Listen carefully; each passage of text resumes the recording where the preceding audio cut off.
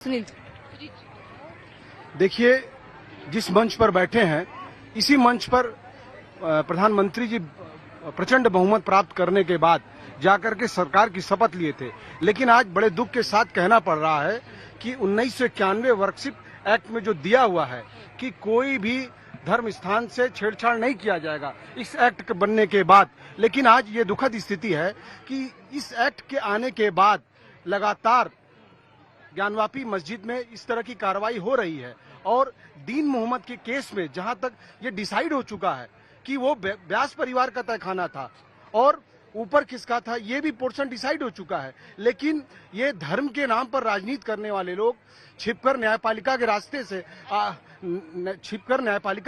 से आकर के देश का माहौल खराब करने की कोशिश कर रहे हैं। चलमणि त्रिपाठी, अब आपसे मेरा सवाल होगा। वो कह रहे हैं कि कुछ लोग हैं जो धर्म का चोला ओढ़कर राजनीति कर रहे हैं और सीधे तौर पर समझ ही रहे होंगे आप किस पर आरोप। नहीं, देखिए, मुझे दो बातें कहनी है। अभी मैं अधिवक्ता महोदय को सुन रहा था, उन्होंने कहा कि किसी भी मामले की तय सीमा होती है, यानी कि कोई अन्याय अगर हुआ है और तय सीमा को पार कर गया है तो क्या उसमें न्याय नहीं होना चाहिए, पहली बात। दूसरी बात कि इसमें विधिक तरीके से ये मामला बनता है नहीं बनता है, ये तय करने वाले ना शलभमणि त्रिपाठी कोई है, न मनोज सिंह काका कोई है, न हरिशंकर जैन साहब कोई है और न यादव साहब है। ये तय करने का अधिकार माननीय न्यायालय का है कि वो इस मामले को सुनेगी नहीं सुनेगी, वो पहले दिन खारिज कर दे कि हम नहीं सुनेंगे।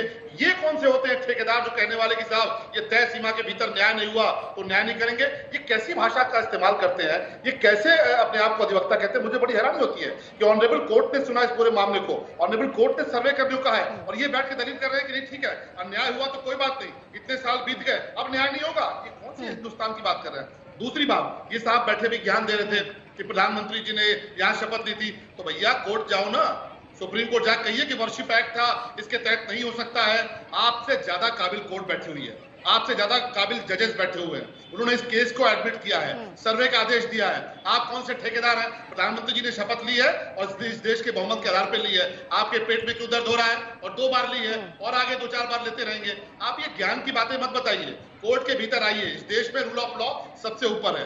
अगर कानून कहता है, ऑनरेबल कोर्ट कहती है तो आपको मानना पड़ेगा। ये दोनों ही बातें मत करिए कि एक तरफ आप कहते हैं कि कोर्ट सर्वोपरि है, दूसरी तरफ आप कहते हैं नहीं साहब इसको नहीं मानते, इसको विधिक नहीं मानते। आप देखिए, आप फर्क देखिए।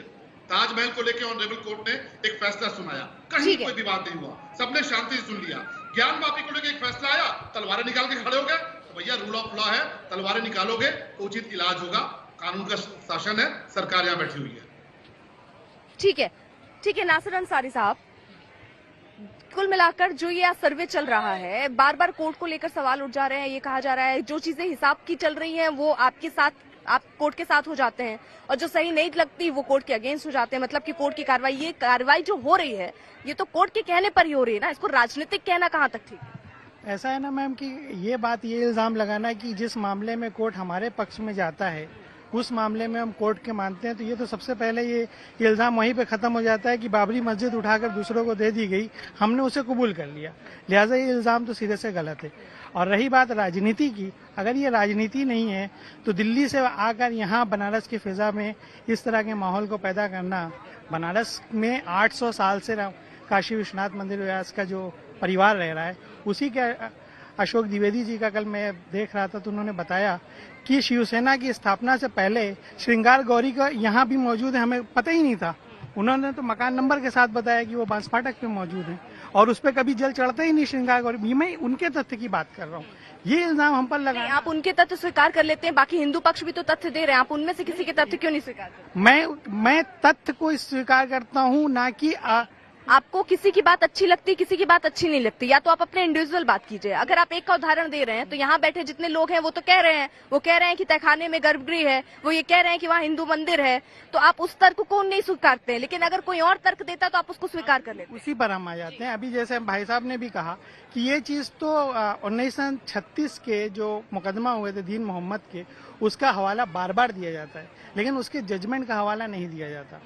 उस जजमेंट में साफ तौर पे लिखा हुआ है कि ये वक्फ प्रॉपर्टी है, इसके नीचे कोई मंदिर नहीं है।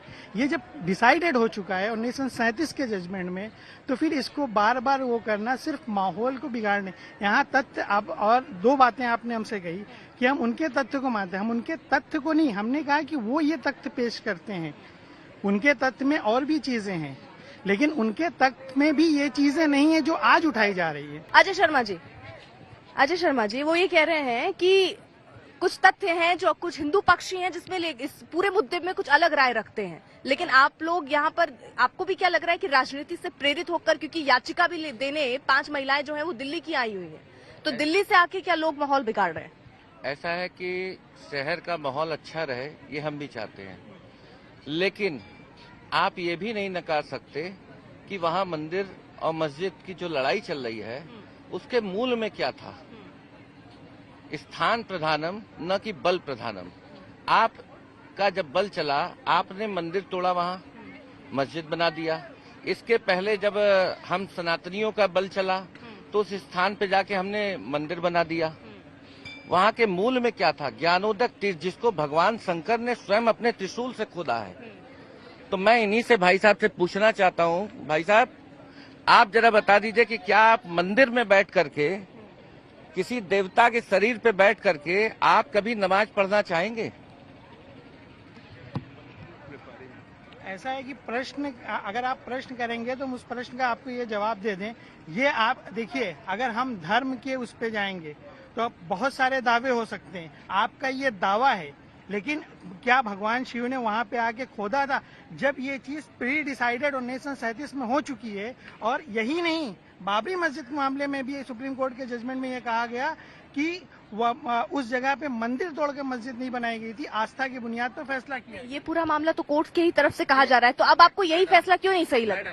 कोर्ट का फैसला, अगर हम देखिए, कोर्ट ने निर्देश दिया ना, तो इस निर्देश को तो स्वीकारना चाहिए। इसमें राजनीति की बात कहाँ से आती? कोर्ट के निर्देश पर सर्वेक्षण हो रहा है, मुस्लिम पक्ष उसका उस सर्वेक्षण में साथ दे रहा है। कोई जो कमीशन हो रहा है, जो मुस्लिम पक्ष की आपत्ति थी वो ये आपत्ति थी कि 2 अराजी नंबर है। कोर्ट में जो याचिका दाखिल की गई है उसमें उस अराजी नंबर की चौहद्दी नहीं डिसाइडेड है। मेरे मकान पे मुकदमा हो और बगल के मकान का सर्वेक्षण हो, ये तो नहीं हो सकता ना। जब कोर्ट ने कह दिया नहीं, मस्जिद का कमीशन होगा, तो मुस्लिम पक्ष ने उस बात को स्वीकारा और साथ में खड़े होकर कमीशन करा रहे हैं ना। आप इस बात का आरोप कैसे लगा सकते हैं कि हमने उसको? मैं आपसे ये पूछना चाहता हूँ भाई साहब कि काशी साक्षात भगवान शंकर का स्वरूप है, और आप भी मानते हैं, आप भी महादेव बोलते हैं, गंगा को आप भी माता मानते हैं, तो क्या आज हम आप मिल करके शिव ने जिस तीर्थ को खोदा है उस तीर्थ को हम लोग जो है वापस ज्ञानोदक तीर्थ नहीं बना सकते हैं मिल करके? नफरत से कभी ज्ञान नहीं उभरता। मैं आपसे प्रेम से बोल रहा हूं। मैं सीधी सी बात कर रहा हूँ। आप प्रेम से किसी को गाली भी दे दीजिए, वो गाली ही रहेगी। लेकिन अगर आप ये बात कहते हो तो सबसे पहले सीधा तौर पे ये कह रहे हैं कि गंगा जमनी जो तहजीब है उसके तहत अगर हिंदू लोगों की आस्था वहाँ से जुड़ी है, हालांकि आपकी भी आस्था जुड़ी हुई है, उससे इनकार नहीं है, लेकिन से पूछ रहा हूँ, मैं आप ही से पूछा, मैं भाई साहब आप ही से पूछा कि जिस तीर्थ को पुराण आपने बोला कि कहाँ शिव खोदे, अगर आपको वेद में, पुराण में, स्कंद पुराण में, वायु पुराण में, ब्रह्मवैवर्त में, काशी खंड में, अनेक पुराणों में, यहाँ तक कि आपके कुरान में मैं दिखा दूं कि वो वेद को मानता है, तो आप इस चीज को स्वीकार करेंगे कि वहाँ पे ज्ञानोदक तीर्थ था?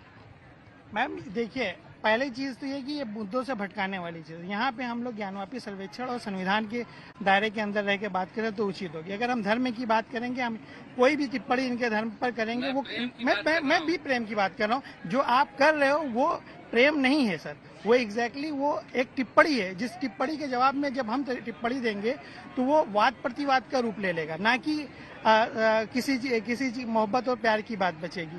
आपने जिस चीज का दावा किया, अगर मैं इसी चीज को दावा कर दूं कि हिंदुस्तान में हज़रत आदम अलैहिस्सलाम आए थे, तो लिहाजा ये जमीन ही हमारी है, तो ये बातें बिल्कुल न्यायोचित नहीं है।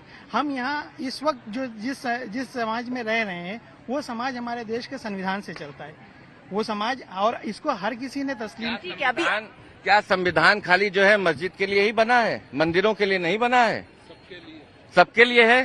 तो आप ये और आप जरा सा जिस इतिहास की बात करते हैं ना, खुद बाबा विश्वनाथ या कैलाश की बात में, कैलाश के निवासी थे, और खुद एक मिनट सुनिए, या राजा दिवदास सभी पुराण पढ़िए, मैं भी पढ़ के बैठा हूँ, मैं इसीलिए चुप था। मैं इनको आपको दूंगा प्रमाण, मैं भी दूंगा कि खुद काशी विश्वनाथ सारे पुराणों में दूंगा कि वो ज्ञानोदक तीर्थ था।